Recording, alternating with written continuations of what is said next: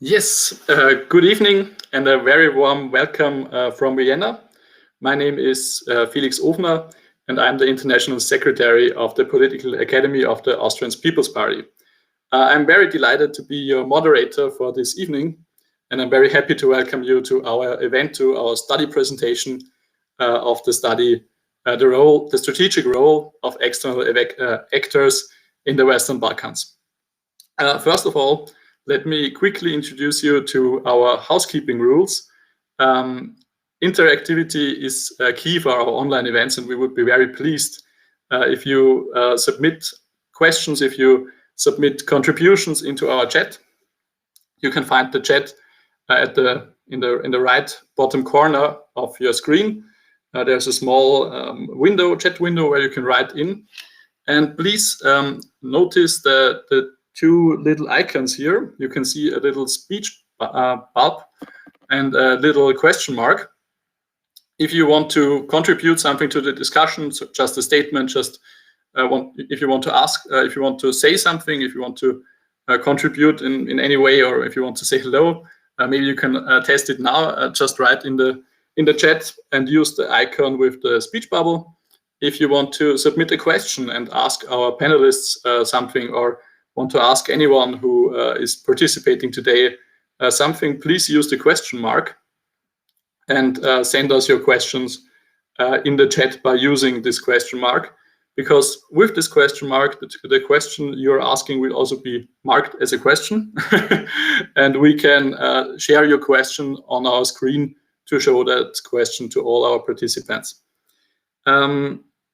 If you have any technical problems, maybe if you suddenly can't hear us anymore, can't see us, if there is anything wrong, don't hesitate to ask for help. Just write into the chat.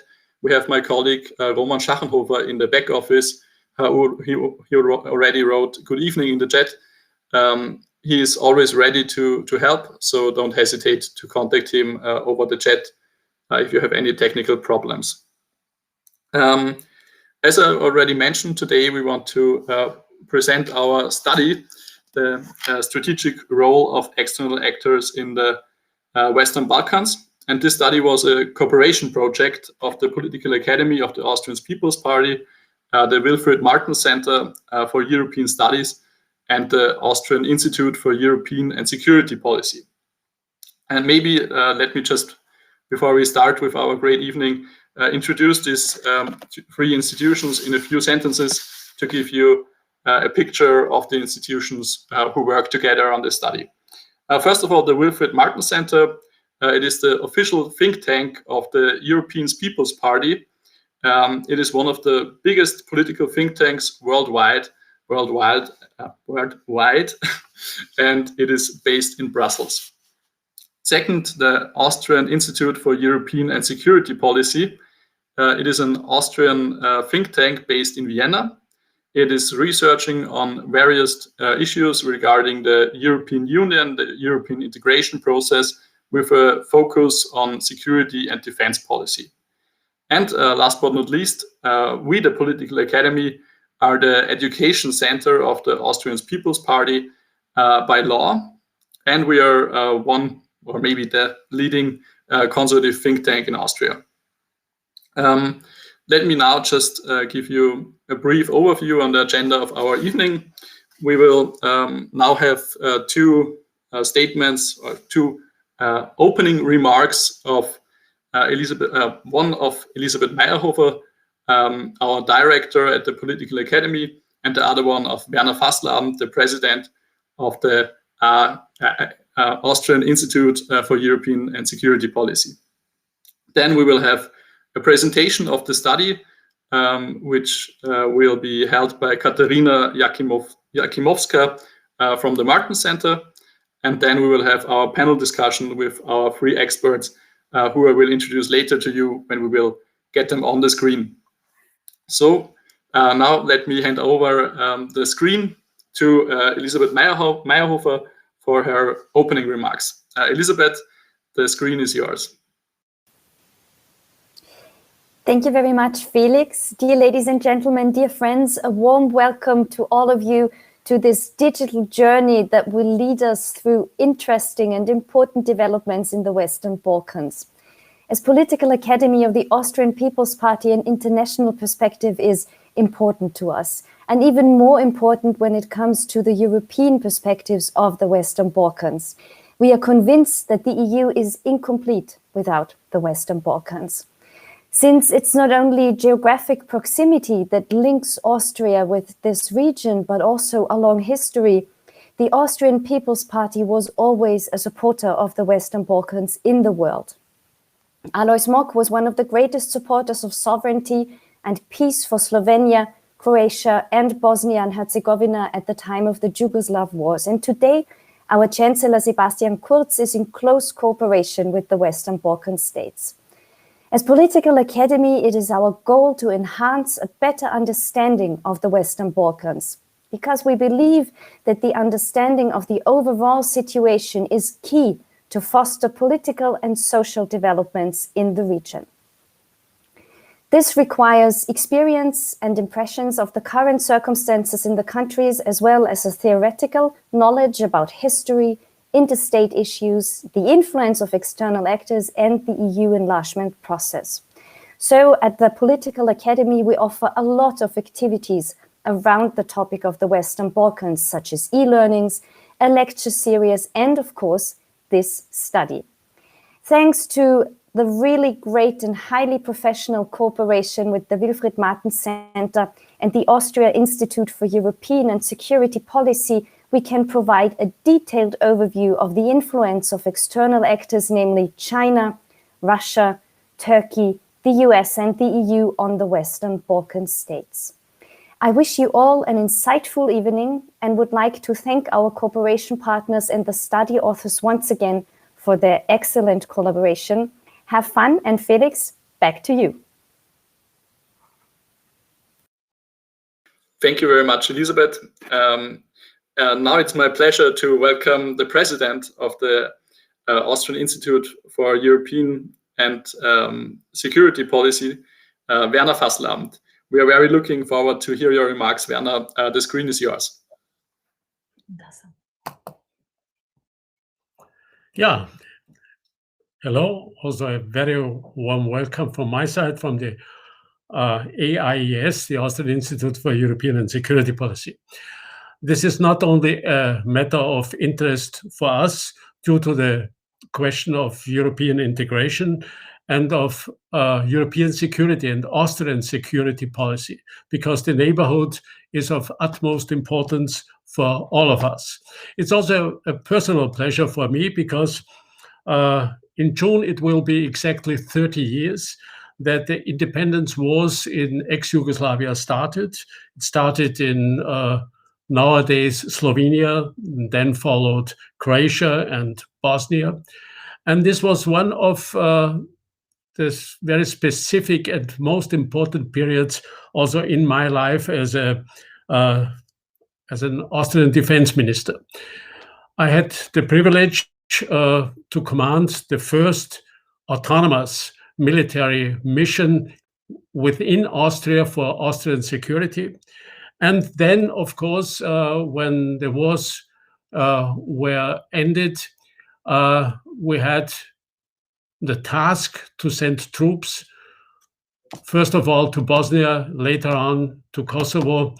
And later on also, I had the privilege to take part in a coalition of willings in Albania after the Pyramid Games. And insofar, the question of stability in the Balkans always used to be of high importance for Austrian politics. You also can see it not only due to the fact that we still have contingents in Bosnia, where Austria is in a leading role, the same in Kosovo, where Austria takes part with a remarkable number of soldiers and command, but also due to the fact that our Commissioner Hahn used to be responsible for the Balkans, and also Valentin Inzko, the High Representative of EU, is active in Bosnia.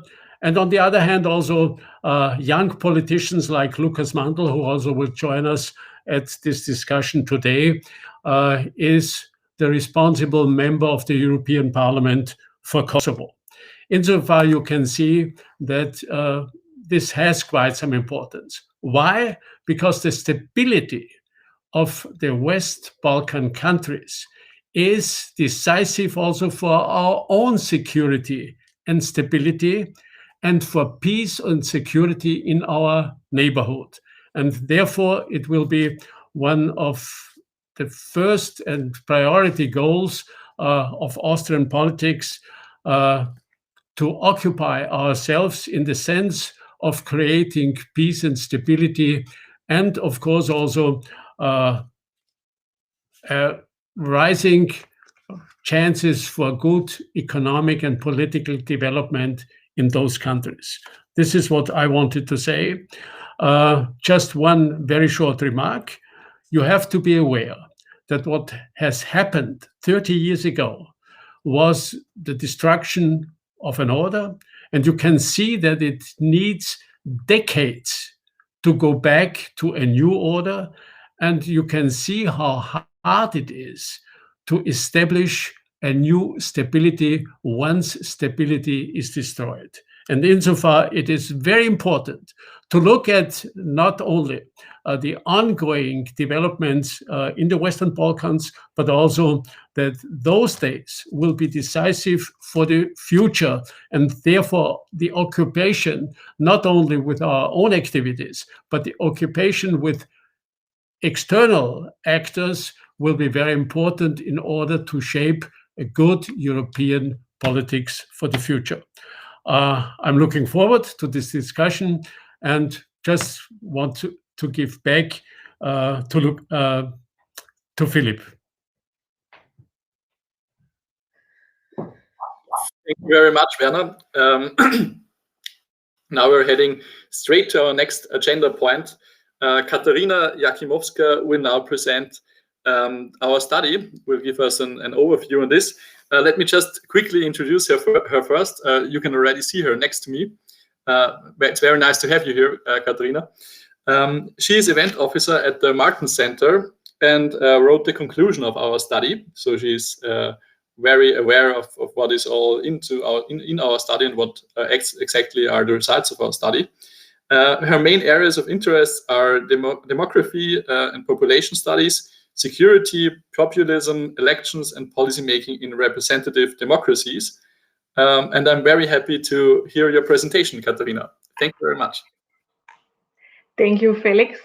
Thank you very much. On behalf of the Martin Center, I would like to also welcome you all to this launching event of the study on the strategic role of external actors in the Western Balkans.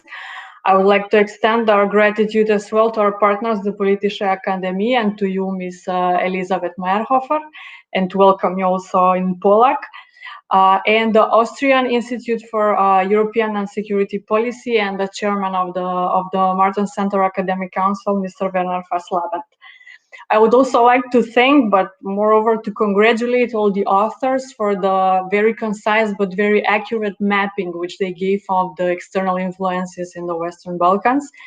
In this time of short attention spans, since people avoiding long reads, I think we managed to produce a very comprehensive report which sought to identify the extent and scope of the influence and the different contributions in politics and society by these actors, but also on the historical and cultural background underpinning these relations. I will not show it over for you. I'll just try to present the key findings and giving an overview of the extent of this external. And when I say external, I mean non-Western presence. And thus we could together identify many similarities, but also differences in the approach of each external actor in each country. I think also Mr. Faslabend mentioned the background is quite known, is the dissolution of Yugoslavia and the fall of communism 30 years ago, which left a perpetual void in the region. And we often hear this from European and US officials, that the Balkans is a chessboard, is a crossroad, is a geopolitical vacuum. But indeed, what the inconsistency in the enlargement policy of the European Union towards the countries of the Western Balkans, it was a bit of extending a silent invitation for all these non-Western actors to increase their presence in different spheres. And this means economy, trade, culture, education, and media. This also influenced, to a certain extent, the deterioration of democracy in the countries of this region.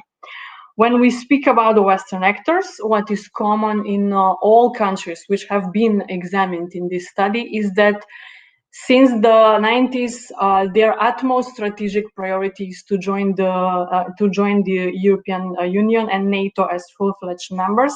There is a footnote on Serbia in this, but still, because its cooperation is very high with NATO, it falls under the context of what I'm saying.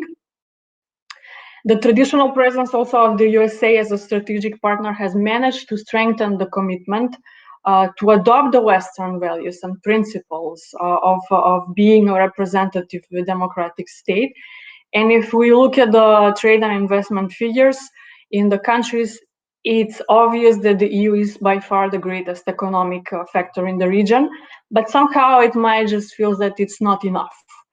And so far, it's only Slovenia and Croatia that managed to get there, to have the full package and being EU members. And this is mainly due to this hot and cold approach of the EU towards the region. When it comes to Russia and Turkey, there is a cultural and historical tie in the region, and they are both exercising their influence in much broader context, playing on the religious, historical, and cultural affiliations in the respective countries.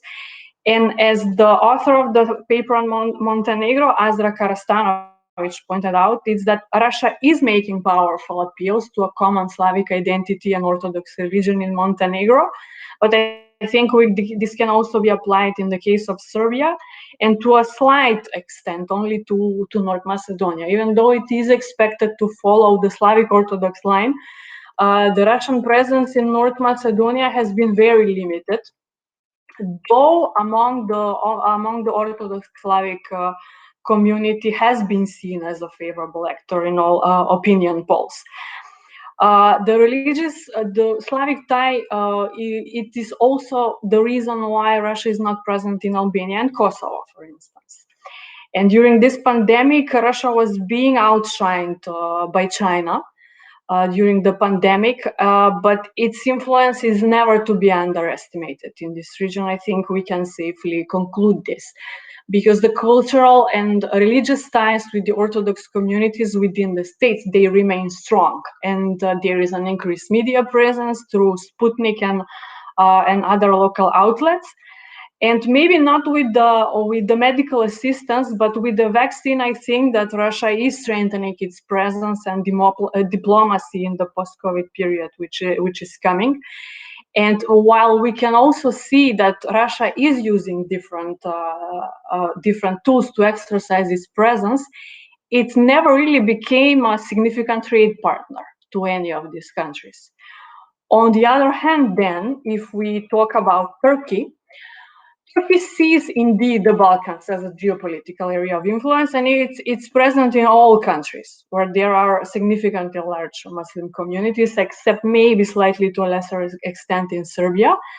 And since 2002, it increased its presence also due to its growing economy, I would say, and try to utilize the Turkish Cooperation and Coordination Agency and the Diyanet, the Presidency of Religious Affairs, as their channels for presence in this region. And after the coup d'etat, the failed coup d'etat a couple of years ago, Recep Tayyip Erdogan also tried to test a bit the loyalty of the regional leaders towards him. And he made a request for extradition of persons, as well as closure of the educational units and companies and other facilities which have allegedly been affiliated with the Fethullah Gulen movement. Something which is worth mentioning is the case of Bosnia and Herzegovina, where the author Haris Shutahia made a very important remark that basically the complex political system of Bosnia and Herzegovina had its upside because it restricted foreign influence of some actors like Russia and Turkey to some point.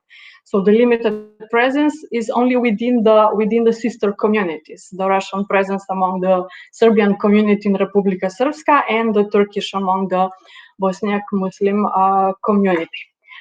When it comes to China, I think throughout all the papers, it is really safe to conclude that its increasing interest in the region is predominantly economic for now. It's mostly attempting to have more access to the European market through the Belt and Road Initiative and 17+1. So its presence at the moment is not necessarily malicious. It's been helpful in infrastructure projects. It is not opposing the EU integration, but however, concerns have been raised by the EU about procedures and transparency not being in line with the EU law and other environmental policies. There is potential, however,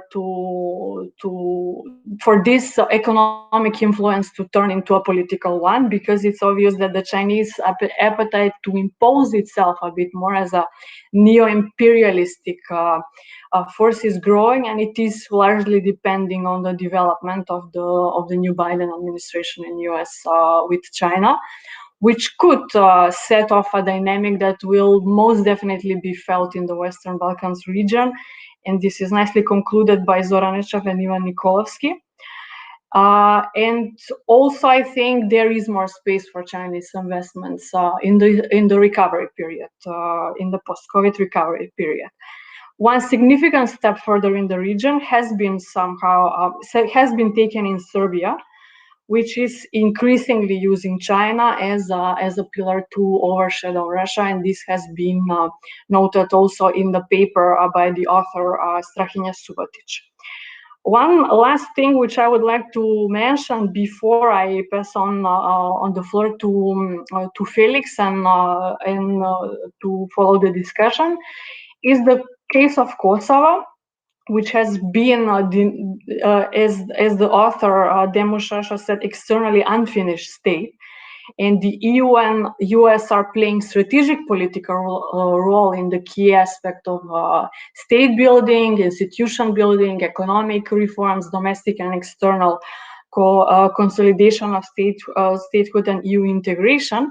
But besides Turkey, there is a non-existent presence of Russia and China in Kosovo, and this is mainly due to their refusal to recognize the independence of Kosovo. Russia is even more active in this field, is seeking to oppose the independence and the membership to international organizations.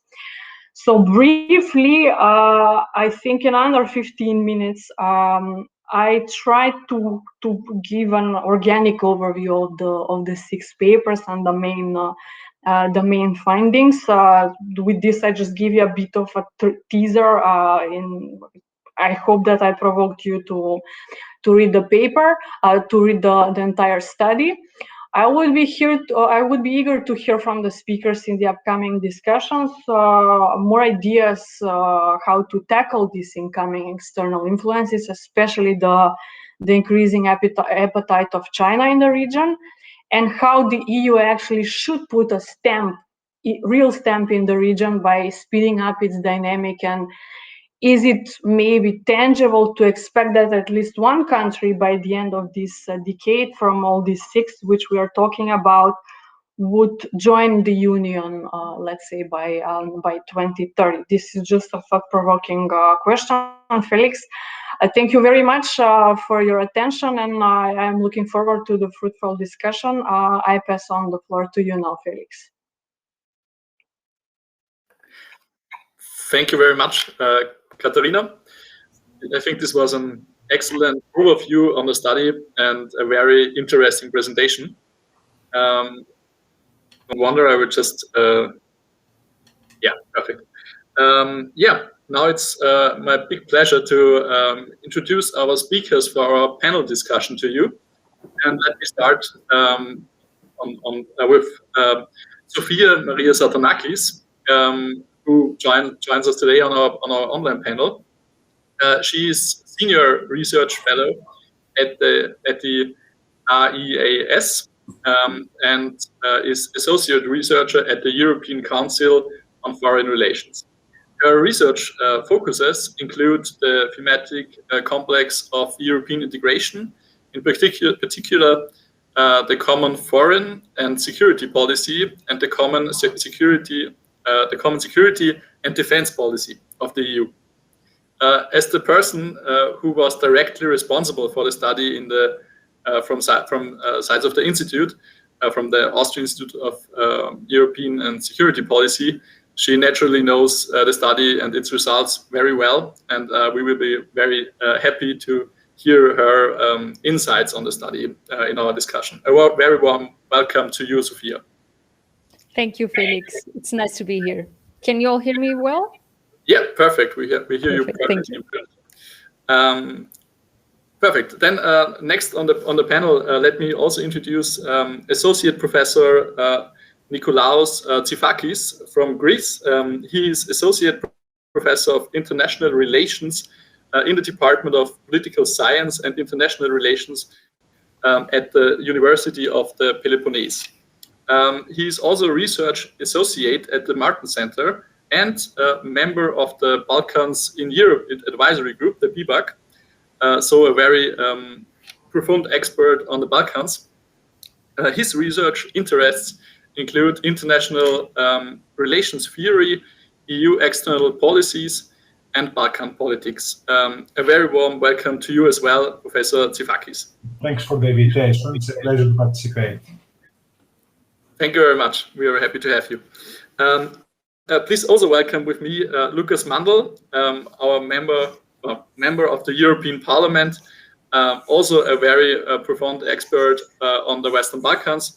He is founder and president of the Austrian Kosovo Friendship Society, Kosovo Shadow Rapporteur of the European Parliament, Kosovo representative of the European People's Party, and since a few weeks it is published that he is also editor of the book Kosovo and the EU State of Play.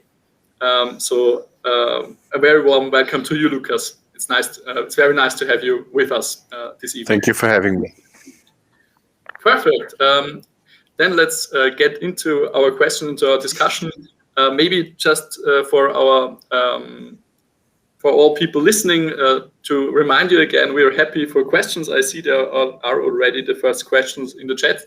I will just maybe start with one round of questions from my side to our panelists, and then we will go on with the questions of the audience. Maybe I will start with Sophia.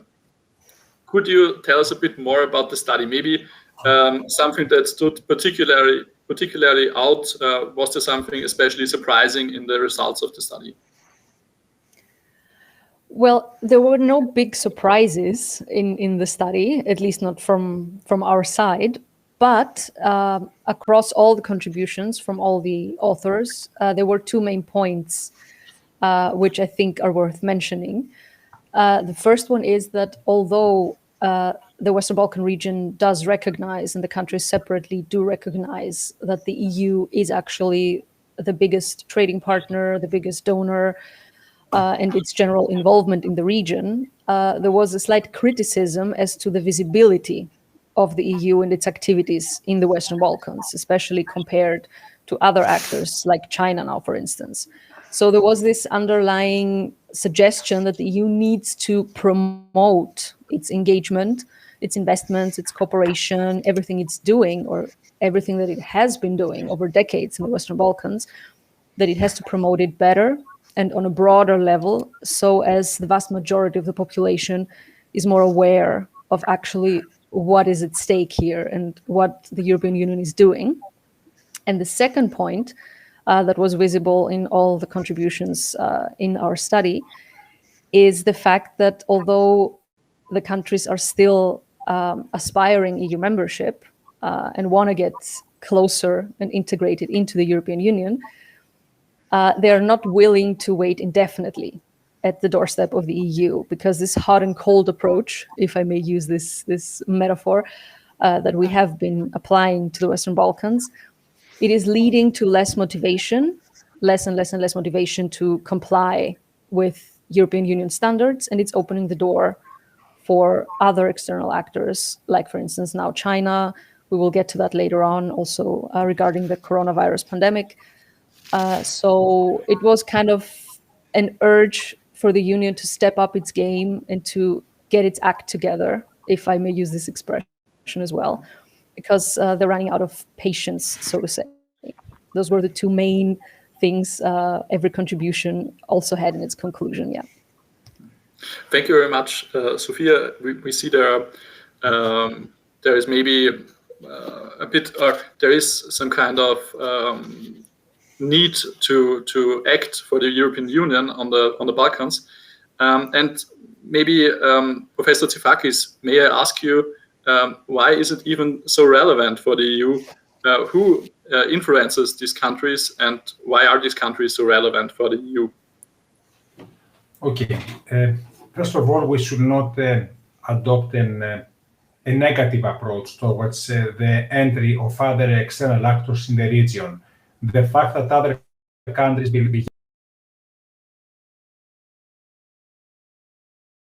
a region that suffers from unemployment, from brain drain, that will need several decades to catch up with the GDP average per capita, a region that has a very poor infrastructure network, and its improvement will benefit the citizens themselves. So the idea of more actors coming to the region is more than welcome. Our problem is the methodology, is the approach. And what we're having here is, for instance, and this has been mentioned in the study, that non-transparent deals that sometimes require lex specialis, that they don't follow public procurement procedures, and it implies that the rules of competition are not followed.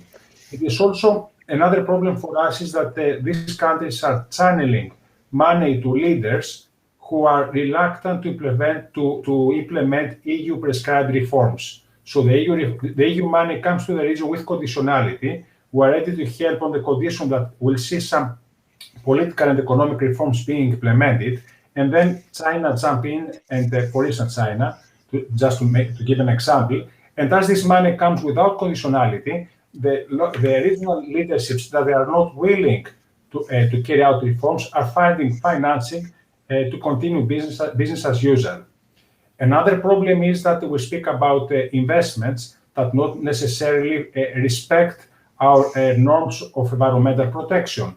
It is a few days ago that we saw that in the case of Montenegro, that there is a devastation of Tara River, and now the Montenegro government is turning against a Chinese company that is implementing the Parbolyare motorway.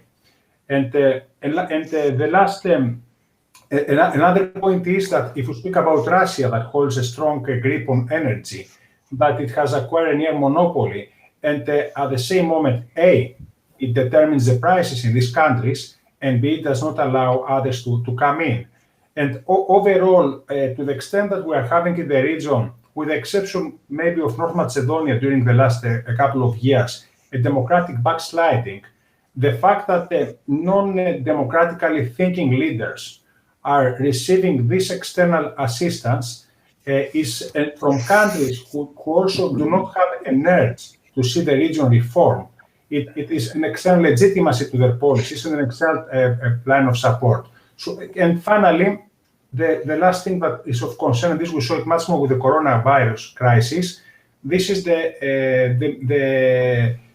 question of the question of misinformation and of fake news. And this is something you can speak later on more about the corona crisis. We see also an aggressive public diplomacy campaign that not only promotes their own presence, but also stigmatizes and tries to denigrate the EU presence in the region. So the problem is not that other countries have come in, it's the way that they're working in the region and the result that they have. Thank you very much for these explanations. Lucas Mandl, maybe I continue with you. Can you also give us an insight as member of the European Parliament? Why is this? Why are the Western Balkans so important for the European Union? And how do you see influence of other countries in the region? Thank you again for having me, and thank you for organizing this, Felix Ofner and all your team, and Elisabeth Meyerhofer and the Political Academy, because you stress the important issues, and the Western Balkans are of utmost importance for Europe and for the world, I would say, but let me put this way. I would say it's the EU's destiny and historic obligation to take care of all European territory, not only of the parts of Europe which are at this very moment EU member states. We all know we have lost the UK, but from EU, not from Europe. And we know, and maybe our generation of elected officials has to work on that very strongly. We have to build bridges again. We have to create the post-Brexit era as positive, as constructive, as cooperative as possible. And the same is true, even if some would claim that's even not at all similar, but it's at least European territory. This is a similarity. The same is true for the Western Balkans. They have not yet been EU member states. They should become EU member states. There's a long, challenging path towards that. But it's important that on the long run, EU does not forget what its obligation is in the interest not only of the people of the Western Balkans, which are fellow Europeans as well, and understand themselves and their identity as a European one, actually, but it's in the interest of all Europeans, of each and every citizen of today's EU and of all Europe, that we integrate Europe and that EU becomes stronger to the outside, less bureaucratic and more liberal to the inside, and takes care of all European territory. Since the issue of our today's discussion is about the strategic influence of other actors on this planet, I would put it pretty self-critical from EU's side, but we speak frank today. I would put it that way, that EU is acting, but not that strategically as others. That's the point. When we talk about the fact, and the other panelists have done that already, and I'm thankful for that, that EU is the largest contributor in terms of money, the largest donor in each and every Western Balkan country, even while not each and every citizen of these countries is of full knowledge about that.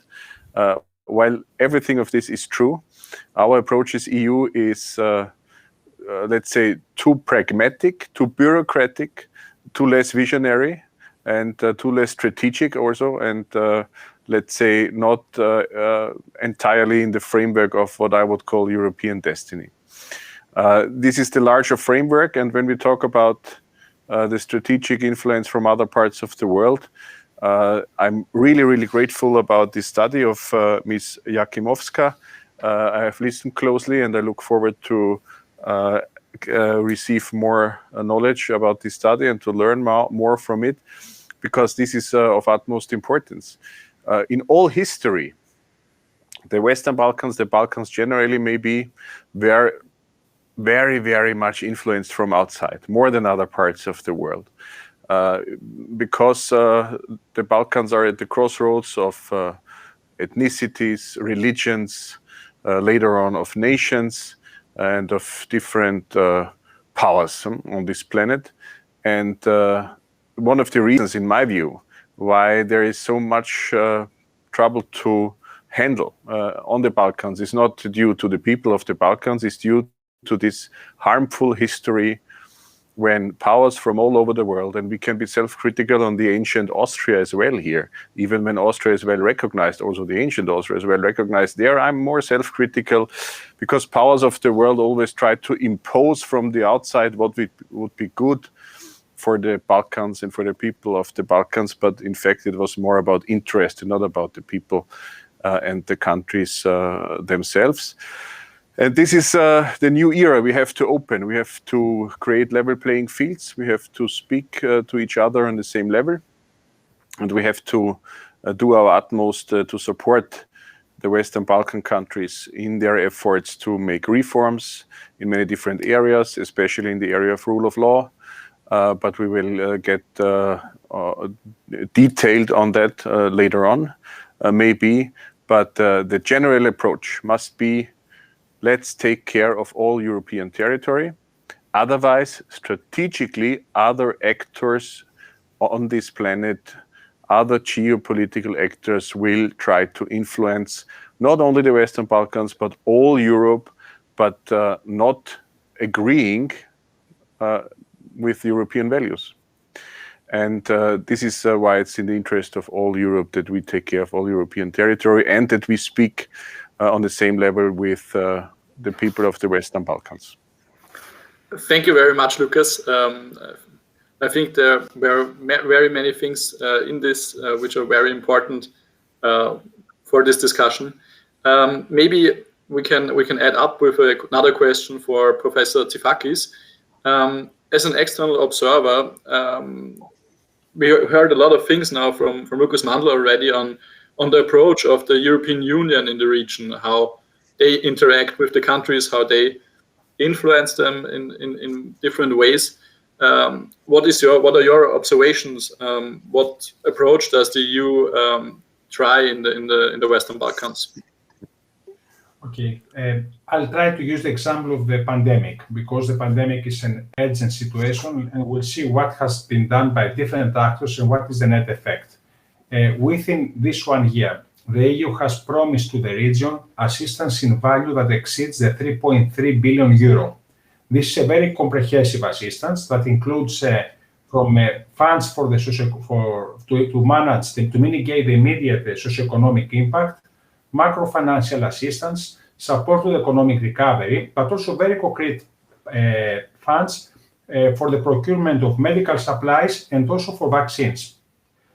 This assistance corresponds to the 60% of pandemic-related financial assistance the region has received in terms of grants and loans, the public sector during the last year. The EU has provided 60% of pandemic-related assistance to the region. The last 40% is 30% by the IMF and 10% by the World Bank. Having mentioned this data, if we see at a survey that was organized last September, October in Serbia, and they asked the people, who do you think have helped our country? How much do you believe the EU has helped us, or China or Russia? The answer was only half of them believe that the EU has helped Serbia during the pandemic, but more than 8 out of 10 believe that China has offered assistance, and 7 out of 10 believe that Russia has offered assistance. If we look specifically at the assistance of these two countries, Russia has sent a team mainly to disinfect facilities. This was a contribution, and some masks. And China has sent some masks, some medical supplies in the team just to provide consulting at the beginning of the crisis. What I'm trying to say here is that there is a gap between what we are doing and what is traveling to the people. The people are not aware of what's going on there. And this is, as also it was explained also by Lucas, a failure of a public diplomacy campaign. We don't have a campaign to promote what we are doing. We don't care whether what we are doing is visible. At the same moment that there is an organized plan by China and Russia, which, for instance, the two countries do not compete each other. The Russian media do not criticize the Chinese assistance to the region and vice versa. That does not only promote assistance, but denigrate what we provide. But this is the half of the story. The other part of the story is the role played by local leaders and by their affiliate media. So if in Serbia, and I use precisely that example because this is one of the two countries that has received Russian assistance during the last 1 year, if in Serbia the people give this reply, this has to do with the way the Vucic friendly tabloids have explained, have promoted the Russian and the Chinese assistance and the way they have positioned themselves towards the EU assistance. and also the president himself, with a few unfortunate remarks in the beginning of the crisis later on.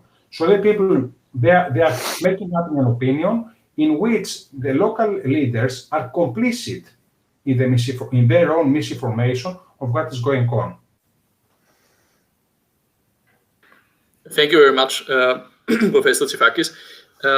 Maybe Sophia, now we heard a bit about the different approaches, especially the approach of the EU and the way the people see these approaches and the way they perceive this. Could you explain a bit more, maybe, how the other actors, like China, like Russia, like the US, how do they influence the countries? What kind of influence do they use to be recognized in the countries and to influence them? What kind of channels do they use? Well, all kinds of channels. Actually, it's a very broad spectrum of lines for influence in the Western Balkans by all these actors. I will try to remain within the framework of what has been written by our authors in the study, so that I also give you a little bit more insight and maybe motivate the most of you to read it. Well, China, most of all, uses the economic road of influence through the Belt and Road Initiative, the 17+1 format, with major infrastructural projects, railways, highways. A good example is Montenegro, for instance. But what is not so commonly known is that it's attached also to big loans, the so-called debt trap diplomacy. Maybe we'll hear about it more later on, meaning that things are moving less bureaucratic than they would move if the European Union were in charge. But the downside is we have attached to them much higher interest rates. So it's not necessarily in the long run, in the positive way for those countries. But China is not only active in the economic sphere, although this is the main point where we associate Chinese influence in the Western Balkans. Also because that way a door opens for more access to the European Union single market, obviously. But we have also attempts to influence culturally more, to promote Chinese language, Chinese culture more, with the opening of the Confucius Institutes all over the Western Balkans. So we have bits and pieces also here and there, which eventually, that was also said by my colleagues and I think by Katharina before, that this could move to a political level in the future as well. And then, of course, we have Turkey with long-lasting cultural ties in the region, historical ties, religious ties also. It's kind of assuming the role of protector, if I may say so, of the Muslim community, much like Russia is doing with the Russian Orthodox Church. So we have also the religious lane for Russia as well. We have a lot of media outlets from Turkey's side in the Western Balkans. Turkey is also involved economically. Of course, none of them is involved as much as the European Union, I have to say. I have to state that again. That was also promoted as a fact by all our 6 authors. But nevertheless, Turkey is involved in the telecommunications sector, in the banking sector. So there is an economic footprint there as well. And Russia was mainly pointed out as trying to find those anti-Western and anti-EU or anti-NATO lines and build up on those, because they're not that interested, to put it mildly, in having the Western Balkans integrate into the European Union or into NATO. So they're trying to kind of establish a foothold wherever they can in that sphere. Yeah, I think I basically, yes, I covered the three big actors we were focusing on in the study. Perfect. Thank you very much, Sophia. Maybe Lucas, we heard now very much about the EU's general approach. We heard some things about the other external actors. But as we all know, the EU is not just one big player. There, of course, it's a sum of all the small countries, or also bigger countries, who are part of the EU and who participate in the process and who are influencing in maybe smaller, some bigger ways in the region. And as you are a member of the Parliament, of the European Parliament from Austria, I think, at least for me and maybe also for our audience, it would be very interesting to hear a bit also about what Austria is doing in the region, what kind of influence or what kind of involvement Austria has in the Western Balkans. Thank you. A very important question. There is a long history of strong ties, not only on a state level, on a government level, on an official political level between Austria and the Western Balkan countries, but also on the level of personal relationships, of friendships, of people who are more or less at home in both parts of Europe, in Austria as well as in a Western Balkan country. So we have many good reasons, not only economic reasons, but as well economic reasons from the Austrian side to push forward the integration process for the Western Balkan countries and to support the Western Balkan countries in their efforts in terms of reforms and frankly also in terms of a better understanding among the 6 of them, which is also of utmost importance. And of course to push within EU in a positive direction, because what we experience, and you have mentioned that EU is sometimes fragmented when it comes to foreign policy, while it's still the largest contributor financially, by the way, not only in the Western Balkans, but worldwide when it comes to humanitarian aid. Anyway, we are a strong soft power, we are a strong economic power on this planet still, even if the economic strength is decreasing, but we are not yet, as EU, geopolitical power. This is where we have to strengthen ourselves, and Austria tries to contribute to that via connecting other member states and their governments regarding the importance of the Western Balkan countries, because the cases in which member states' governments are against steps forward here, let's say some were against the start of accession negotiations with Albania and North Macedonia, which was surprising for many also here in the European Parliament. Maybe it caused an unintended effect that some colleagues here, which have not that much been interested in the Western Balkans before, became interested due to this blockade by some member states, which are only motivated domestically, and this is what I wanted to state. The same is true for the 5 EU member states, a small minority as well, which do not yet recognize the Republic of Kosovo in its statehood. It's only motivated domestically in all these 5 cases of fellow EU member states who, let's say, are hindering a positive process in the Western Balkans. And there are many other examples for a proper field for Austria actually to connect. Some claim that Austria would be the most eastern country of the political West. I like this quote very much because it also tells a lot about our aim, maybe our ability, but at least our objective to build bridges as a small country to connect others in order to strengthen the European values and the future perspectives for the Europeans.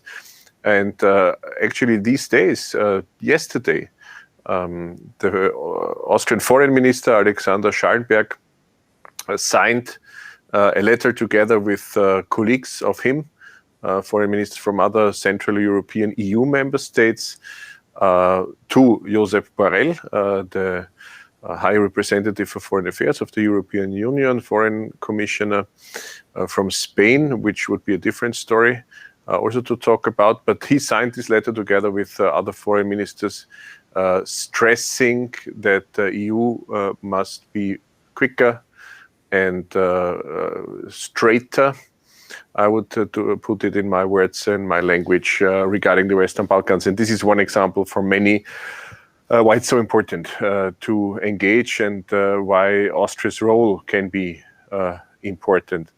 Ulrike Lunacek, who was a Green member of European Parliament before, but also pretty active in the Western Balkans from a different political group, but Austrian, and it's nearly multi-partisan agreed in Austria that we deal with the Western Balkans. I can only say nearly, but it's nearly the case.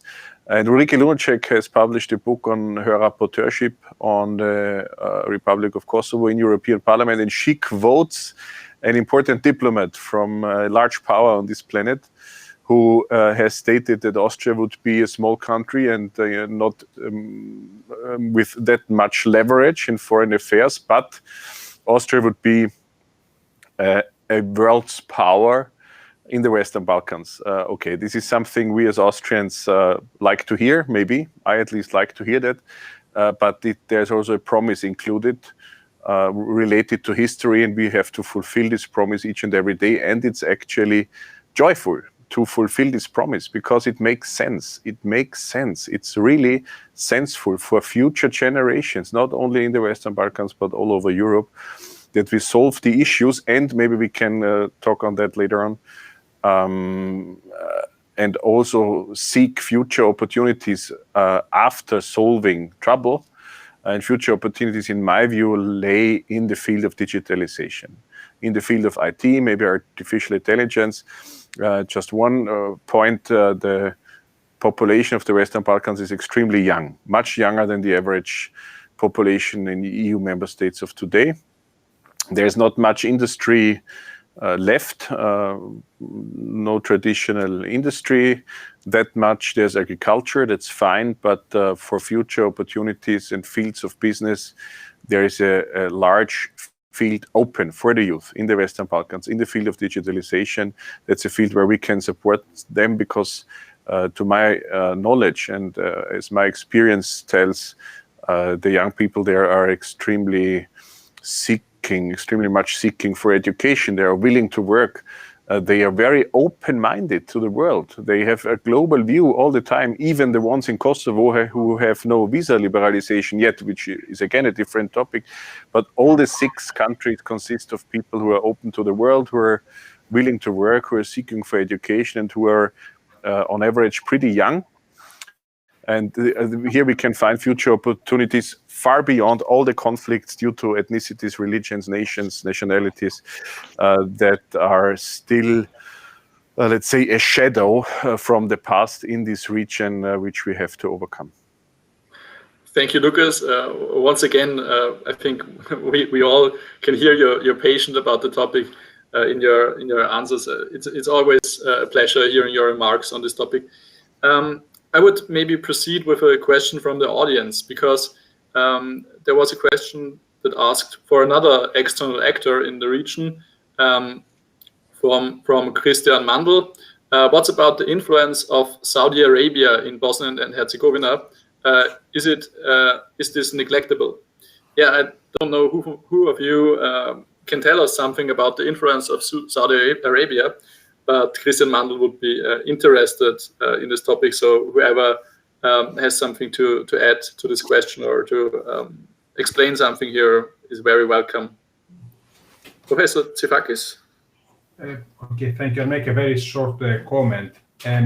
This is an issue that has been overstated, and especially during the Syrian crisis, there was a question of the ISIS fighters leaving Europe. If we see it demographically, there is a problem because I guess the question is not whether Saudi Arabia has an influence, but whether there is at the same moment radicalization of Bosnia, and I guess this is the question at the same moment. So if we see the numbers of people who have fled from the region to participate in the Syrian war, there are mainly a few people from Kosovo and Bosnia, but this is a very small number compared to what has happened from France or other EU member states. What I'm trying to say, the whole discussion about radicalization is a little bit exaggerated. Saudi Arabia has a footprint in the region, but it is not that important. Economically, the Emirates have a greater presence, especially in Serbia and Montenegro, but the presence of the Emirates is mainly economic, it's not religious. That's why I said, first of all, in Serbia, and second, in Bosnia. And if we're speaking about a more religious diplomacy in the region, in that case, we think much more of Turkey.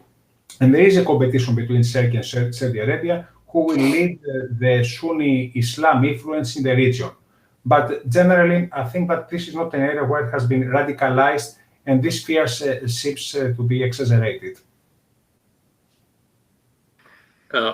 Thank you very much, Professor Tifakis.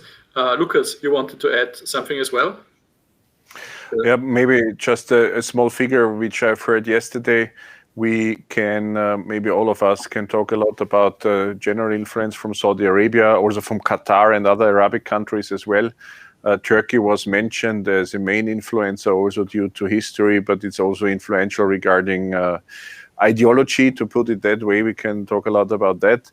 I guess what Christian Mandl states, by the way, he has the same family man as I have, but we are not related, at least not to my knowledge. And maybe it's the Christian Mandl I know. I can't see him here, but if you were the Christian Mandl, I know I greet you from here, from Brussels, Christian. And what I've heard yesterday from a high-ranking civil society official who spent the last weeks in Bosnia and other Balkan countries was that with large amounts of money, mosques have been created in Bosnia, not dozens, but more than 100 in the last years in Bosnia and Herzegovina. Oh, you have to know maybe, or I want to share with you that I'm somebody who always will fight for religious freedom. So religions should have their ground, their freedom. But when religion is misused for political purposes, it's against, in the first place, against religion and against society and against liberality and freedom in societies. And this seems to be the case here, especially because money is coming from outside, from abroad, to a country in order to find leverage, not for religious purposes in the first place, in my view, but for ideological purposes. And this has to be taken very seriously because, as we all know, and maybe all the panelists can share this as well, all surveys and studies each year show that the European identity is felt very strongly by the people in the Western Balkans. They feel European. They see themselves in the framework of European values, but of course, due to let's say, the lack of quick decision taking from EU side, due to the lack of reforms in some countries, especially in Bosnia and Herzegovina, we have to be frank about that. People can also lose their patience maybe someday, and this would be really a pity. This is why it's not only important what we are talking about here today, it's also very timely and urgent. Thank you very much, Lucas. Maybe we will just add up with another question from the audience because I think it fits quite good. Christian Basin, by the way, just Lucas, because you asked, Christian Mandl seems to be the Christian Mandl you know. He wrote in the chat before and greets you back. Yes, Christian Basin. Good evening. I read up his question for you. And yeah, good evening. Having in mind the CAST 2018 study, the influence of external actors in the Western Balkans, and your analysis and remarks so far, I'm looking forward to receive some information about the role and influence of non-state external actors, mainly in Kosovo. Hi, Lucas. Maybe we'll get to this a bit later, that not just Lucas is talking all the way through. And Montenegro. And secondly, do you expect any new inputs by the Biden administration? Thank you, Christian Basin. Maybe we can start with the second question, with the question regarding the US. Maybe Sophia, can you maybe point out on the one hand what the US has done so far in the Western Balkans, and then what your expectations are, or maybe already what did you see already from the Biden administration regarding the Western Balkans? Before, I just want to open a quick parenthesis regarding Saudi Arabia and the Emirates, Qatar, everything that was mentioned before. Yep, just that, so that our audience knows, we did not deal with those external actors in this particular study. Occasionally, here and there, they have been mentioned in a sentence or two, but they were not the main external actors we dealt with. Just so that you're aware, we did not cover the whole spectrum of external actors. We just pinpointed the specific 3 or 4 that we're talking about right now. And regarding non-state actors, which was also a part of this question, let me just briefly say that the 3 of us, the Martin Center, the Political Academy, Felix, and the Austrian Institute, we talked about pursuing further projects in this regard, because this study is supposed to be the kickoff, kind of the big start of a debate that will not just be today's event and presenting the study and then that's it. We're planning to have follow-up, probably events or workshops, presentations, maybe even another paper on other topics related to the Western Balkans. So there might be as well something coming up on non-state actors as well, just so that the audience is aware of our long-term plans in that regard. And as to the Biden administration, apart from the fact that we can expect more of an engagement in this area now, it's also an area close to the interest of Joe Biden as a person, not just for the United States. So it's something he would also personally want to be involved more, want to establish a stronger footprint and make sure that the region stays within the Western sphere of influence mainly. So I think we should expect more engagement and more influence and more actions from the side of the United States. I mean, of course, they are preoccupied as well with COVID-19 and dealing internally with the pandemic, the economic recovery and everything. But that's the case all around the world now. So one doesn't exclude the other. So it would be nice to have the United States more engaged now and more involved in the region together with the European Union. If I may, because I wanted to make a lot of small remarks during my colleagues' answers, I wanted to just briefly mention what Lucas said before, that it would be a pity if all the engagement the European Union has put and all the effort we've put into the Western Balkans, that is not recognized, and in the end, because of that lack of visibility, we kind of lose our influence and our standing there. That is also something that was mentioned by each and every one of our authors.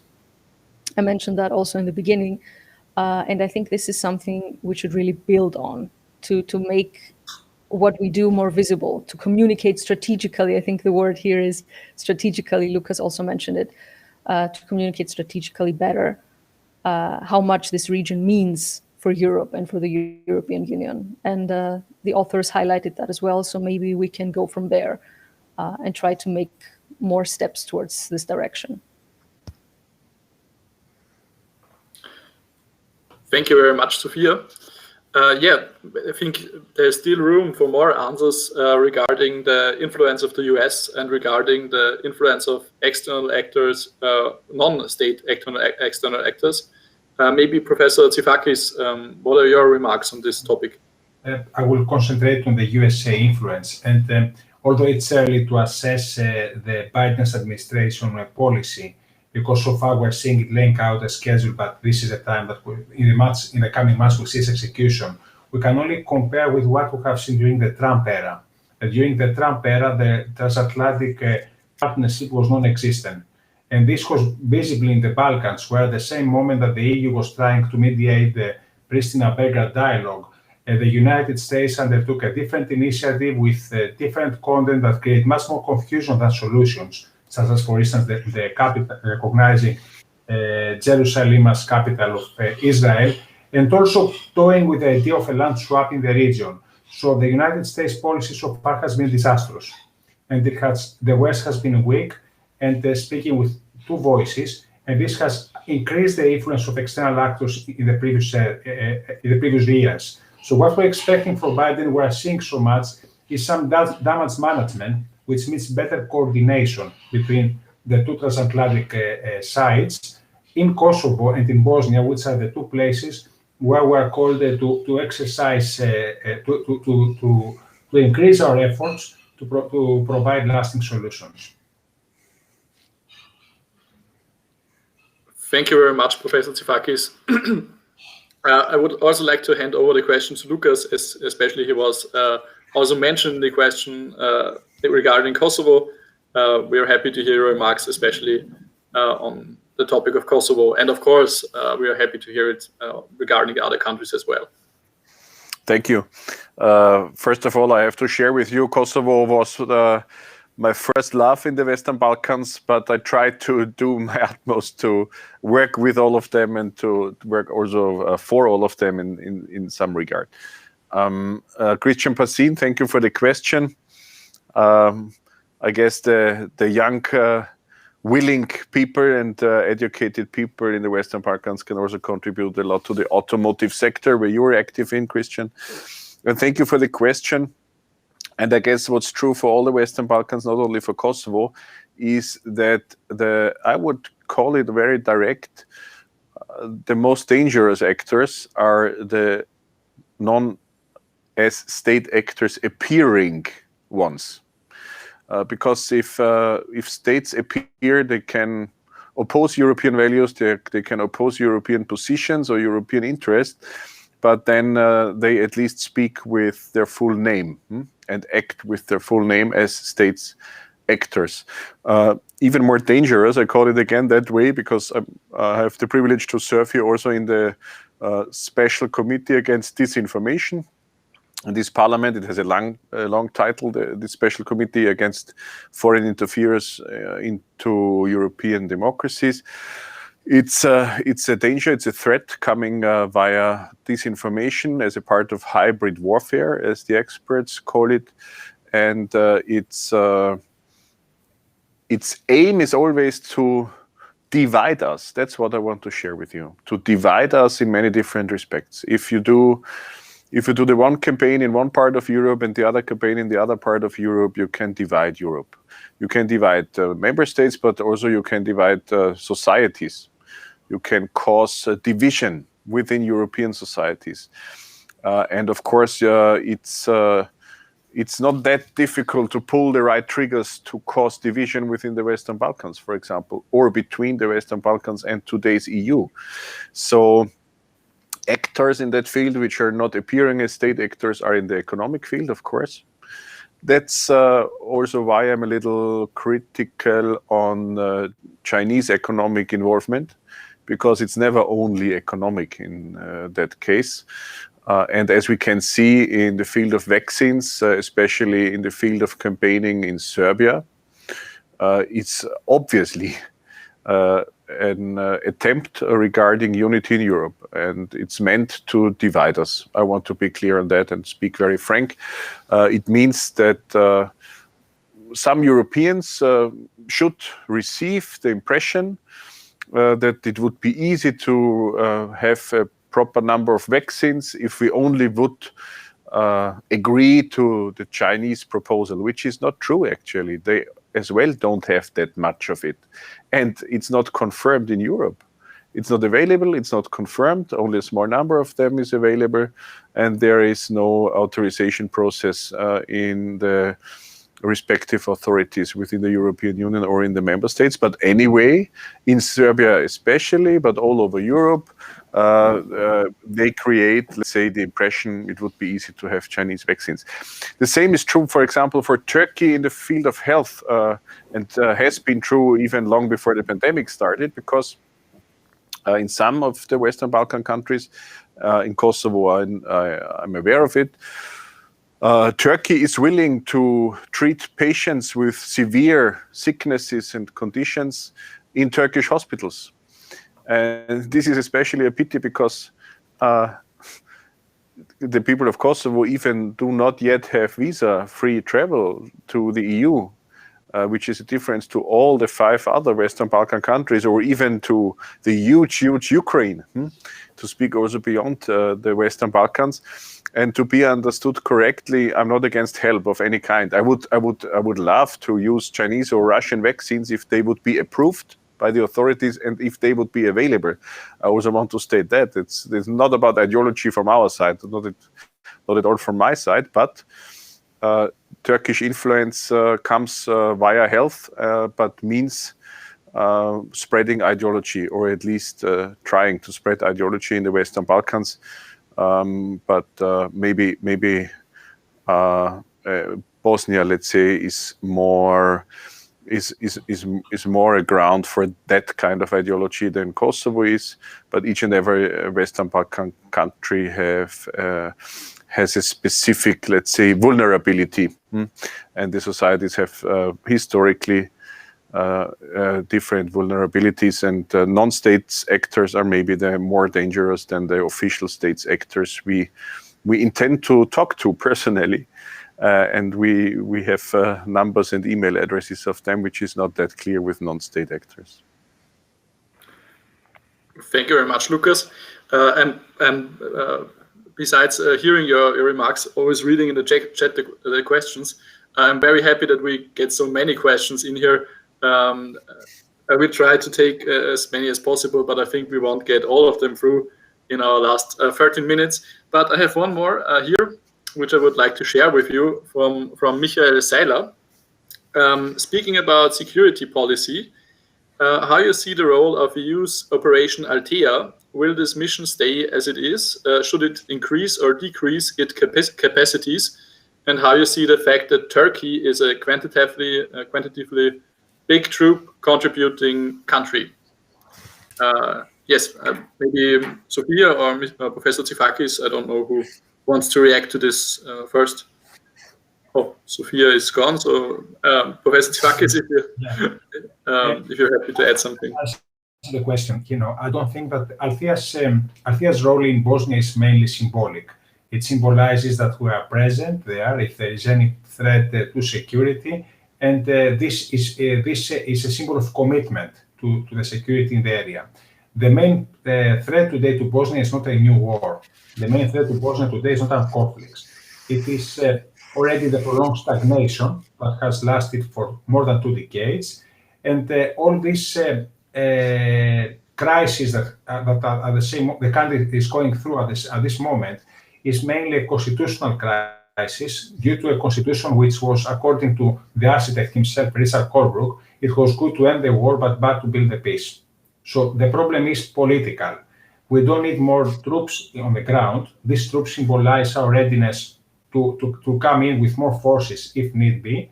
I don't think that anyone in Bosnia has appetite today for any of these adventures anymore. What is urgently needed is a political effort to sit on the table and make one more attempt at the reform of the constitution of Bosnia that has rendered the country dysfunctional. It is regrettable that the last attempts were more than a decade ago, and this has been a decade that we have lost interest in the country. Now, Turkey's participation, that's very simple to explain. The EU has many missions all over the world. It has committed many soldiers all over the world. This is a question of lack of manpower. As far as Turkish or Americans or any other soldiers are participating within an EU mission that has a certain mandate under an EU, commander, there is no problem. This, so it's very clear, that they are doing the job that they have been assigned to. Thank you very much, Professor Tifakis, and welcome back, Sophia. Perfect that this worked so fast. No worries. I'm very happy we had some technical problems like this in almost every event since the pandemic started. It's always there are always technical issues, but I'm very happy that we got this one fixed so fast. That's perfect. Lucas, I don't know, maybe does someone want to add something to Professor Tifakis? I know, Sophia, you haven't heard it now, but maybe I just give you the question once again. It was about the Operation Althea and the troop contingent of Turkey there that is very big. Yeah, if someone else, maybe. I agree with the professor. I just want to share with you the view that it's a paradox that Turkey represents the second largest military in NATO, but I would not see that Turkey acts in the framework of NATO values. So this is a paradox, especially the US will have to solve sooner or later. I don't know how, but I know it will have to be the case in order to sort out things. But to be frank also on that, I'm engaged with a lot of questions regarding that. The Turkish Altea influence or participation seems not to be a major problem to my knowledge, but I'm happy to learn more about this. Turkey is a huge, the Turkish influence is a huge problem in the Mediterranean Sea. It's a huge problem for Cyprus, Greece, and that means for all European Union. It's a huge problem in Syria, in Northern Africa generally, in Libya. So we have really a lot to struggle due to what the Turkish leadership is doing geopolitically all the time. I see more, let's say, influential factors beyond military in the Western Balkans from Turkish side when it comes to the question we have already discussed before. Thank you once again, Lucas. Thank you for your remarks on this point. Sophia, do you have something to add to this? As I didn't hear the first part of it, I would not risk duplicating myself. Yeah. No worries. I hope I will stay there. Perfect.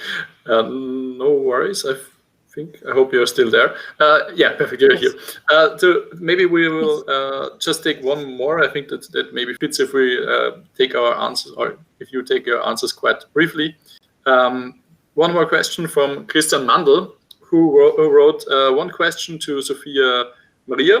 Do you think that the constitution of Bosnia helps foreign actors to increase their influence due to the blocking opportunity of each community? And one question to Lucas: do you see any attempts in Kosovo to exceed Albania? Maybe we start with Sophia on this topic. Can you hear me? Am I here? Yeah, we can hear you. Okay, perfect. Well, Katharina mentioned it in the introduction before, that in one sense, Bosnia has been quite the exception because of the complex nature of the state regarding influence of foreign external actors. But still, there are ways to exert influence and to exert pressure on Bosnia nevertheless. I will just very briefly, because we're running out of time, I will very briefly mention just the example of Russia, for instance, because Bosnia and Herzegovina are very dependent on Russian oil and gas with no option for diversifying. So this gives Russia kind of a position of power when it comes also to leading to kind of political influence through this dependence of oil and gas. So there are ways, even in Bosnia and Herzegovina, to exert influence one way or another and to push its own agenda, whoever the external actor is. And Russia is just one of those examples. In the introduction, we mentioned also that Turkey influences a certain part, Russia another certain part.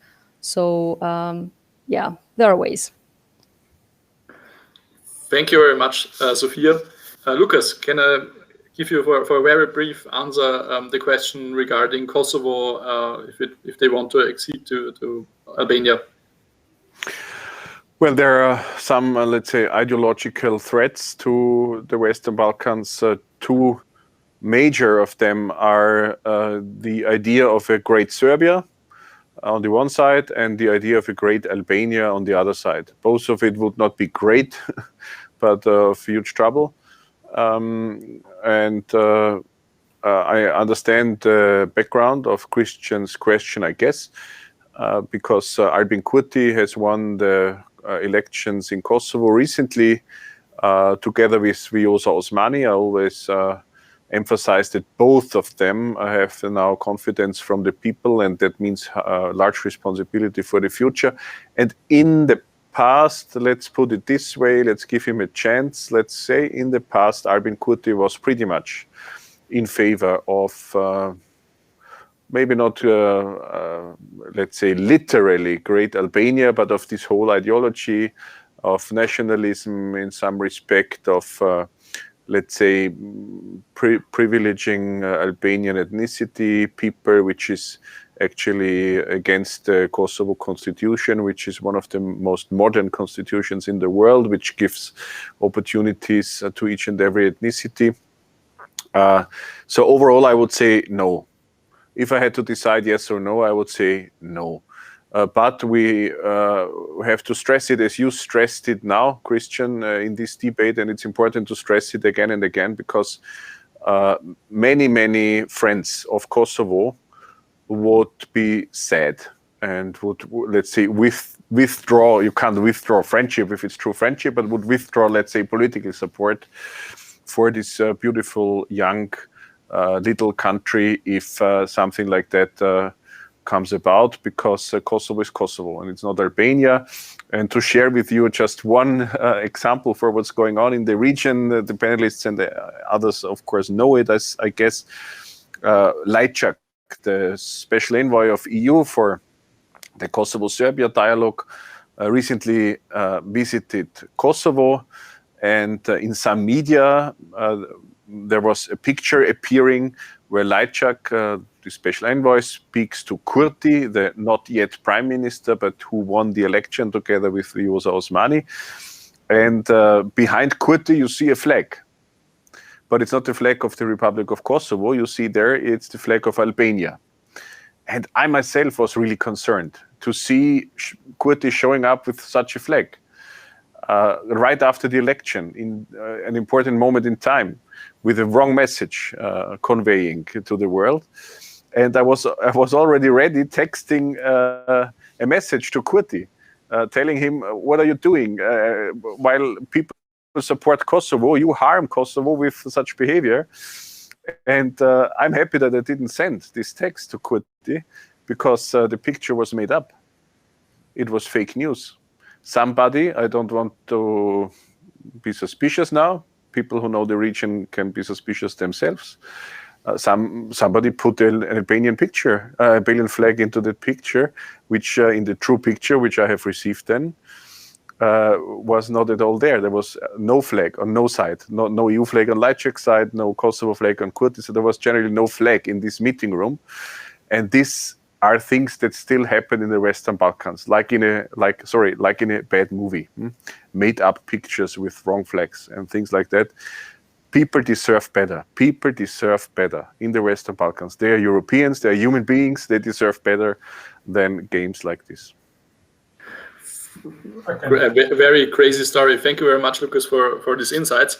Yeah, as Sophia already mentioned, we are running out of time, and I would be happy to do a quick final round with you three, in which I would be very happy if you could point out for us what do you expect the EU and how do you expect the developments of the relations of the EU and the Western Balkans in the near future?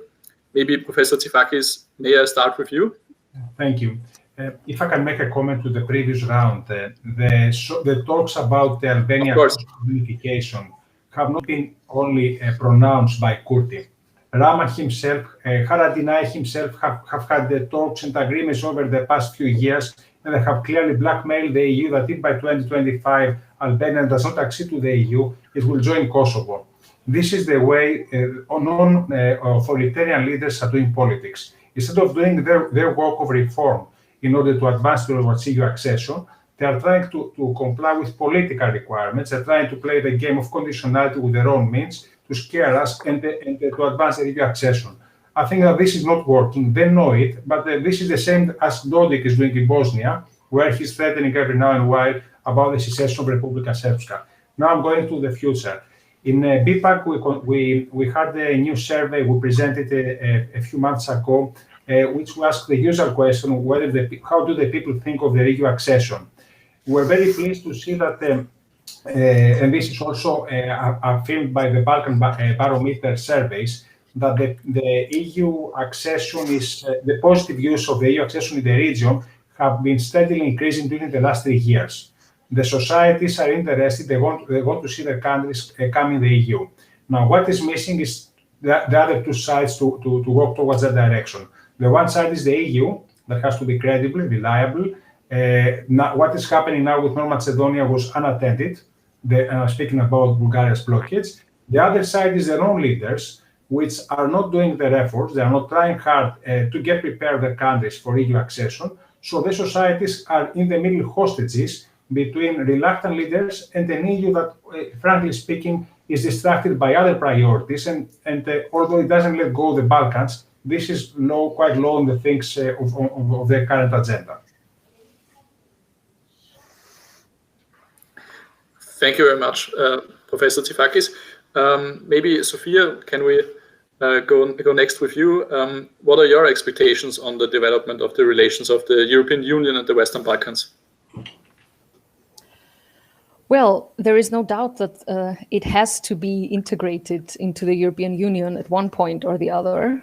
And I think we should step up our game, to use the quote of one of our authors. I am sorry, I don't remember who said it, but that summarizes everything very well. We need to step up our game. We need to be more active in promoting what we are doing over there and how much this region means to us, and really show the facts and figures and reach out to the vast population also, in order to not lose the support and in order to not lose the patience of countries in the process of coming closer to the European Union.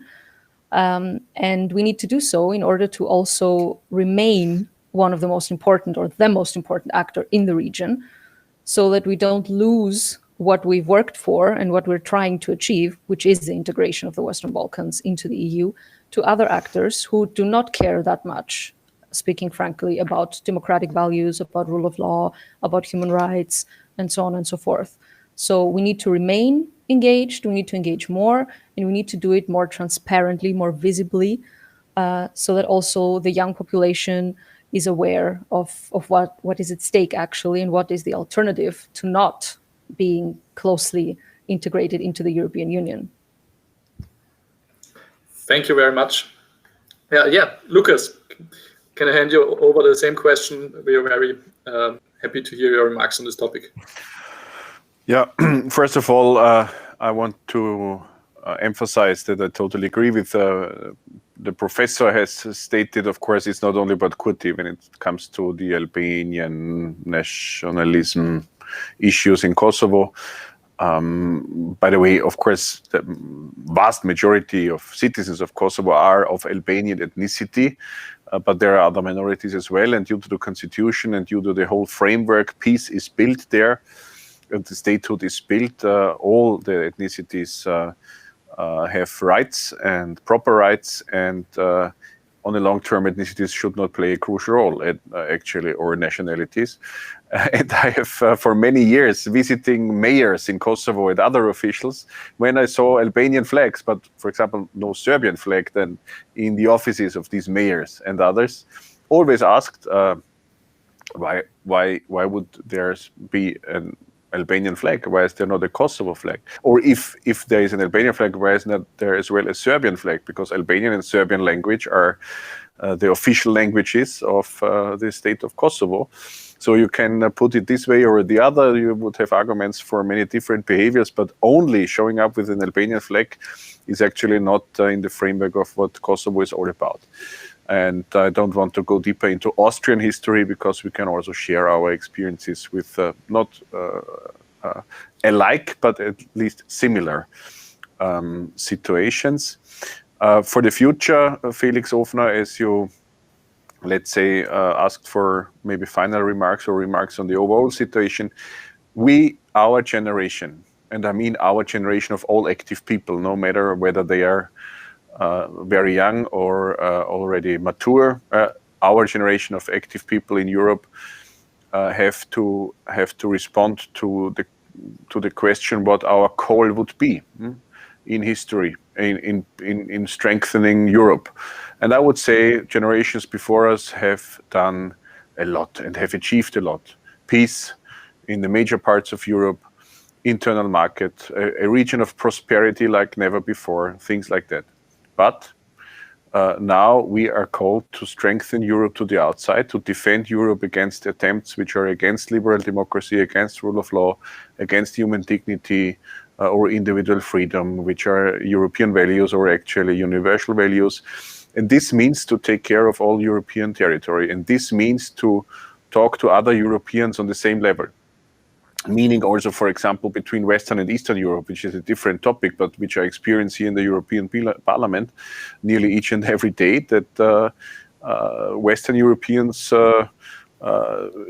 should talk on the same level to Eastern Europeans and the other way around. And we have to achieve a lot also in this field, and it's even more true for countries which are not EU member countries, especially the 6 of the Western Balkan countries. And this is why it must be a priority and become more of a priority, as our Foreign Minister Alexander Steinberg has stated in his letter with his colleagues, and as many also in European Parliament run for this purpose, which seems to be senseful and future-oriented to me. Thank you very much, Lucas. It was once again a very interesting discussion on the Western Balkans. Thank you all three very much for your contributions, for your statements. I hope the audience enjoyed all your comments as well as I did. And yeah, I think we're already 7 minutes over time.